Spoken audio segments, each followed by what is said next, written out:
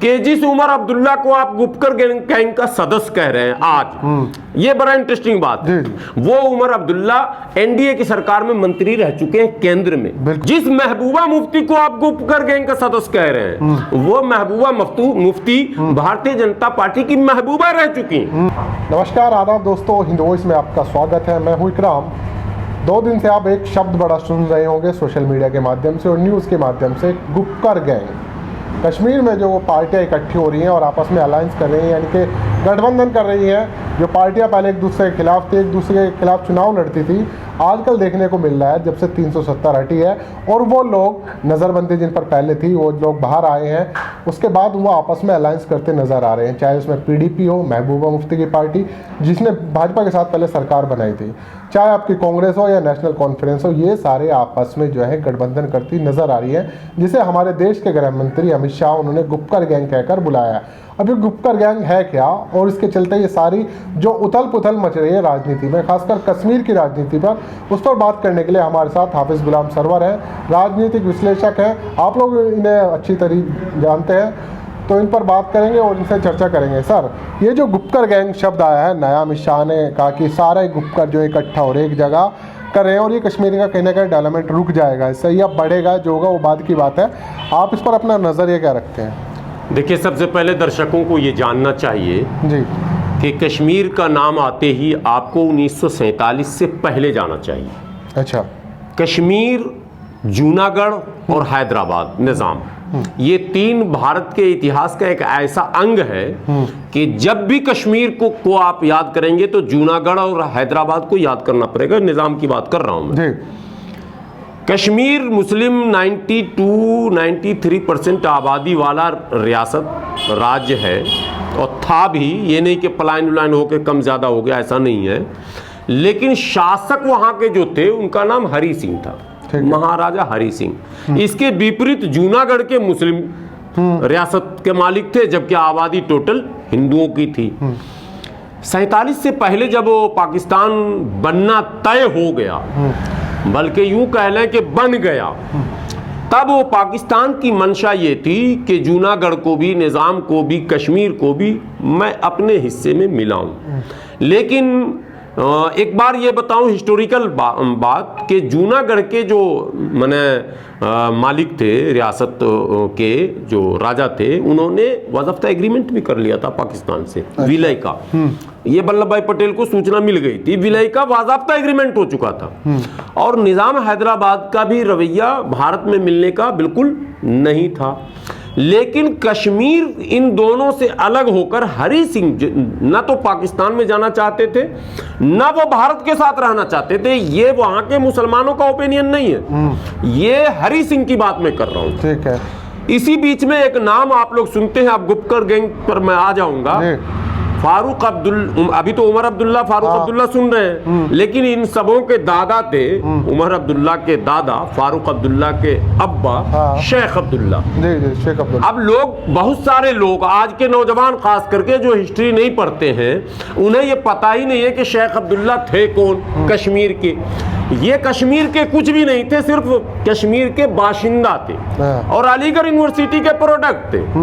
ये पढ़ लिख कर जब गए, उस जमाने में बड़ी तालीम वालों की इज्जत भी होती थी और पढ़े लिखे लोग कम होते थे। ये जब वैली में गए तो हरि सिंह ने इनको कोई वजन दिया नहीं, तो इन्होंने मीटिंगें शुरू कर दी आपस में। यार, ये राजा जो है, मैं इतना पढ़ लिख कर आया हूँ और मुझे कोई वजन ही नहीं दे रहा, कोई नौकरी नहीं दे रहा, मैं बेरोजगार घूम रहा हूँ। तो इतना पढ़ लिख कर जब बेरोजगार रहूंगा तो आवाम का क्या हाल होगा। तो इन्होंने एक मूवमेंट शुरू किया और वैली के अंदर खास करके, बाकी पूरे जम्मू कश्मीर की बात नहीं कर रहा हूं, लेकिन वो क्षेत्र जहां अभी गुपकर गैंग सक्रिय है, उस वैली में शेख अब्दुल्ला को काफी मकबूलियत मिली। लोगों ने एक्सेप्ट किया उनकी बातों को, इनकी मीटिंग, और ये भनक हरि सिंह को भी हो गई और उसके लिए उनको जेल भी हुआ, शेख अब्दुल्ला को। अब वो ये कहानी अब यहाँ पर रोक रहा हूँ, यहीं से शेख अब्दुल्ला की सियासत अब शुरू होती। अब जब हरि सिंह विलय के लिए न इधर न उधर राजी थे, तो इधर से बहुत प्रयास हुआ, लेकिन लॉर्ड माउंटबेटन जो है वो हंस रहे थे, चूंकि वो उन्होंने पहले गुफ्तगू कर ली थी।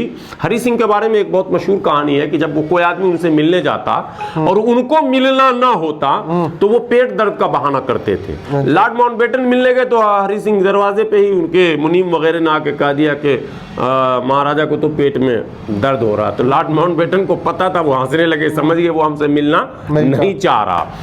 तो उन्होंने गांधी जी से, नेहरू से, पटेल से, वाजफ्ता लॉर्ड माउंटबेटन ने कहा कि देखो वो न उधर जाना चाहता न इधर जाना चाहता। इसी बीच में पाकिस्तान ने पाकिस्तान से दसियों हजार कबायली को, जो वजीरिस्तान वगैरह का जो वो इलाका जहाँ कबाइल लोग रहते हैं, उसको अंदर खाने भेज दिया यहाँ। और यहाँ गृह युद्ध जैसी स्थिति हो गई।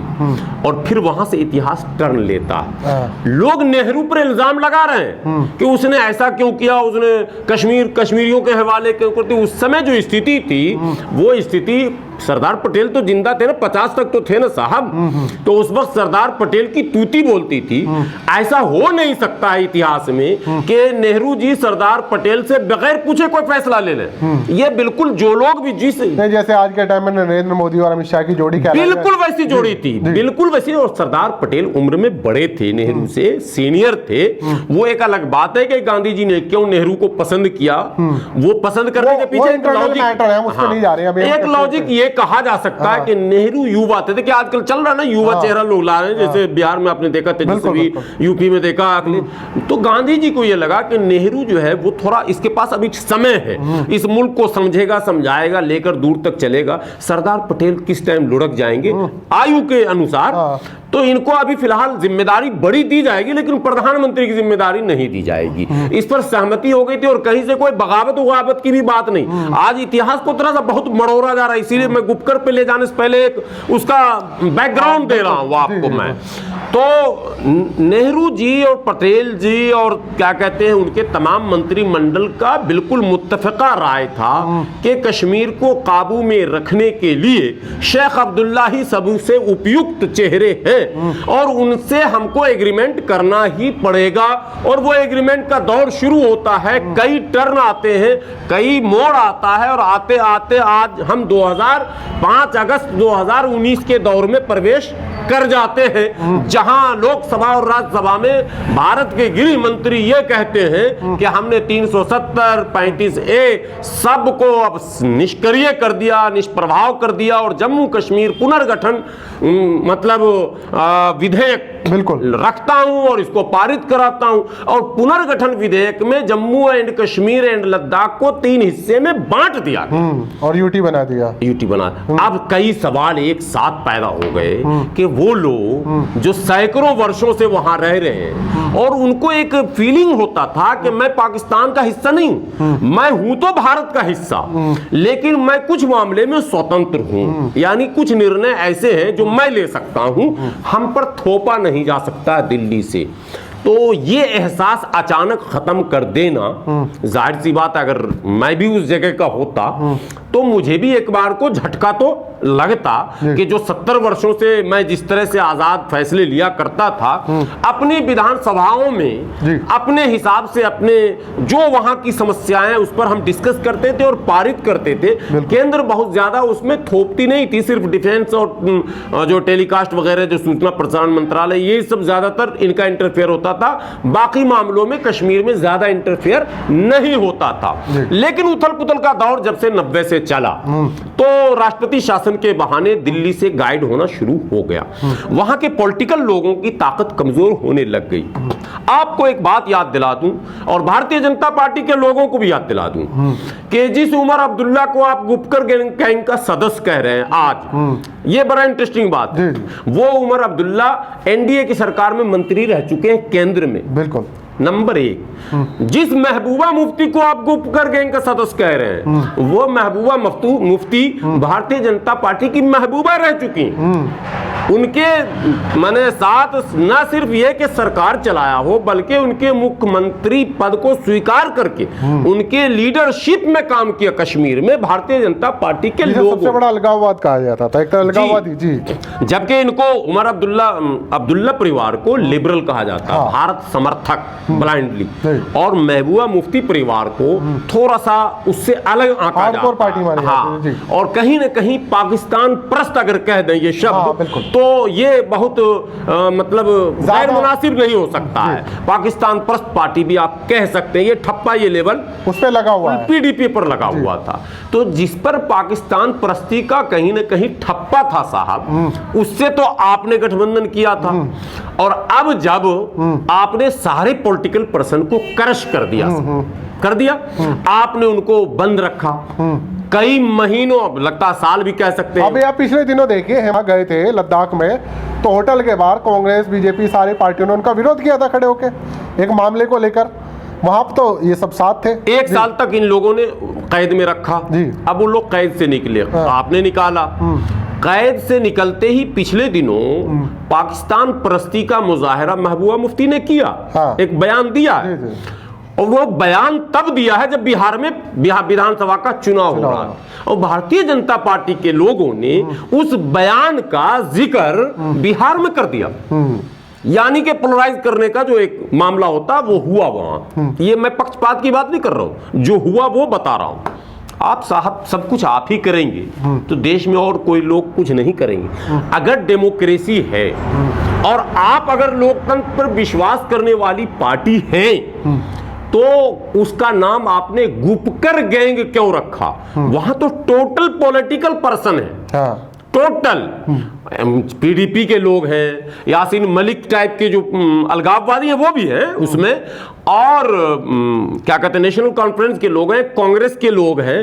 अब कांग्रेस के भाजपा के लोग उसमें नहीं है, हाँ। ठीक है। भाजपा के लोग, क्या भाजपा को ये खतरा हो रहा है कि सारी पार्टियां मिलकर चुनाव लड़ रही है, हमारी तो जगह ही नहीं बचेगी? मैं वहीं आ रहा हूं, हाँ। भाजपा के लोग उसमें नहीं है। हाँ। भारतीय जनता पार्टी के लोगों से किस कदर नाराजगी है कश्मीर के लोगों में, ये भारतीय जनता पार्टी को पता है। अच्छा। लेकिन कश्मीर भारतीय जनता पार्टी के लिए इशू नहीं है। कश्मीर को तो इन्होंने 3 टुकड़े में बांटकर अपने आप को इन्होंने सेव कर लिया हमेशा के लिए। कश्मीर से हमारा अब कोई लेना देना नहीं है, लेकिन कश्मीर को सेंटर में रखकर पूरे भारत को कैसे पोलराइज करेंगे, ये असल इशू है। इसलिए कश्मीर के मुद्दे को इंटरनेशनल इशू बनाया जा रहा है। सच्चाई ये है कि आपने कहा पंचायती चुनाव हुआ, नहीं हुआ था, जबरन आपने सरपंचों को चुने, कहीं वोट नहीं पड़ा।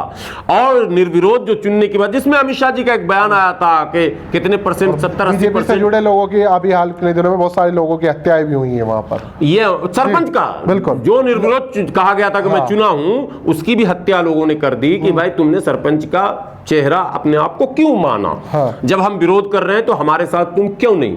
तो आवाम के जज्बात को कुचल कर मैं समझता हूं लोकतंत्र की स्थापना नहीं हो सकती। कश्मीर भारत का था, भारत का है, भारत का रहेगा, लेकिन कश्मीर के साथ कश्मीरी भी भारत के थे, भारत के हैं और भारत के ही रहने चाहिए। तो कश्मीर पर आप राजनीति कर रहे हैं, कश्मीरियों की समस्या पर आप बात नहीं कर रहे हैं। वो लोग जो बैठे थे वो कश्मीरियों की चिंता लेकर बैठे थे कि भाई कश्मीरियों की जो स्थिति है, जो परेशानी है, जो मसाइल है, उसका हल कैसे हो। तो पॉलिटिकल यूनिटी करके हम चाहते हैं कि उसके मसले का एक हल रखा जाए। तो मसले के हल को तलाशने के लिए जो पॉलिटिकल यूनिटी हुई उसका नाम इन्होंने गुपकर गैंग रखा। और देखिए आप, महबूबा मुफ्ती को नहीं घेरा, बड़ी मजेदार बात बता रहा हूं। अच्छा। हाँ, और नेशनल कॉन्फ्रेंस को हल्का घेरा चूंकि वो अलायंस है, और कांग्रेस को पूरी तरह से घेर लिया इन्होंने। आप टीवी पर देख रहे हैं जो चल रहा दृश्य, कांग्रेस को तो इस तरह से घेर लिया जैसे लग रहा पाकिस्तानी आतंकवादी संगठन का हिस्सा हो जाए कांग्रेस। इनके प्रवक्ता बोल नहीं पा रहे, टीवी पर कांग्रेस के प्रवक्ता जवाब नहीं दे पा रहे, ये स्थिति बनी हुई। यहाँ ये बड़ा सवाल कांग्रेस पर भी है कि कांग्रेस इसमें सफाई भी पेश नहीं कर पा रही। हाँ, सफाई पेश नहीं कर पा रही। फोटो शेयर कर रही है कि इन लोगों ने इसके साथ अलायंस किया और इन्हीं को गुपकर गैंग कह रही है। हालांकि कांग्रेस की स्थिति तो आप देख ही रहे हैं, बिहार में क्या उसका बड़ी हास्यास्पद और अफसोसनाक पहलू है कि कांग्रेस अपनी बात रख नहीं पा रही है। मेरा कहना है कि आप महबूबा मुफ्ती के साथ या उमर अब्दुल्ला के साथ आपकी बंद कमरे में अगर बैठक होती है तो उस पर आपत्ति का क्या मतलब है? बंद कमरे तो पूरे भारत में बैठकें हो रही हैं, वो तो तमाम पॉलिटिकल पार्टियां करती हैं, आवामी जलसे अलग होते हैं, बंद कमरे में बातें अलग होती हैं। तो अगर उन 4-5 दलों ने, जो क्षेत्रीय दल है उसमें मीरवाइज ये वो तमाम दल हैं, तो और उसमें इंटरेस्टिंग बात यह है कि 2-3 दल तो ऐसे हैं जो भाजपा के बड़े प्यारे रहे हैं। एक नाम मेरे दिमाग से अभी निकल गया है, वो इकलौता विधायक है, मुसलमान ही है, इकलौता विधायक, उसकी अपनी पार्टी है। भारतीय जनता पार्टी ने उसको बड़ी खाद पानी दिया है, उसकी बड़ी खातिरदारी की है, यानी वो भी इसमें शामिल थे, वो भी इसमें शामिल तो थे। इनको डर इस बात का कि कहीं ना कहीं ऐसा ना हो कि हम लोग कश्मीर की राजनीति से बाहर हो जाए, क्योंकि सारी पार्टियां, चाहे वो जिसका एक भी विधायक हो, वो भी जिसको ये सो कोई गैंग कह रहे हैं, उसके साथ वो मीटिंग चल रही है। खैर ये तो आने वाले दिनों में पता चलेगा इसका होता क्या है और गुपकर गैंग अभी फिलहाल कितना इशू बनाएगा, ये देखने वाली बात होगी। आप लोगों को कैसा लगा ये एपिसोड नीचे कमेंट कर सकते हैं। साथ ही इस खबर को ज़्यादा से ज़्यादा शेयर कीजिए। मिलते हैं आपसे अगले एपिसोड में।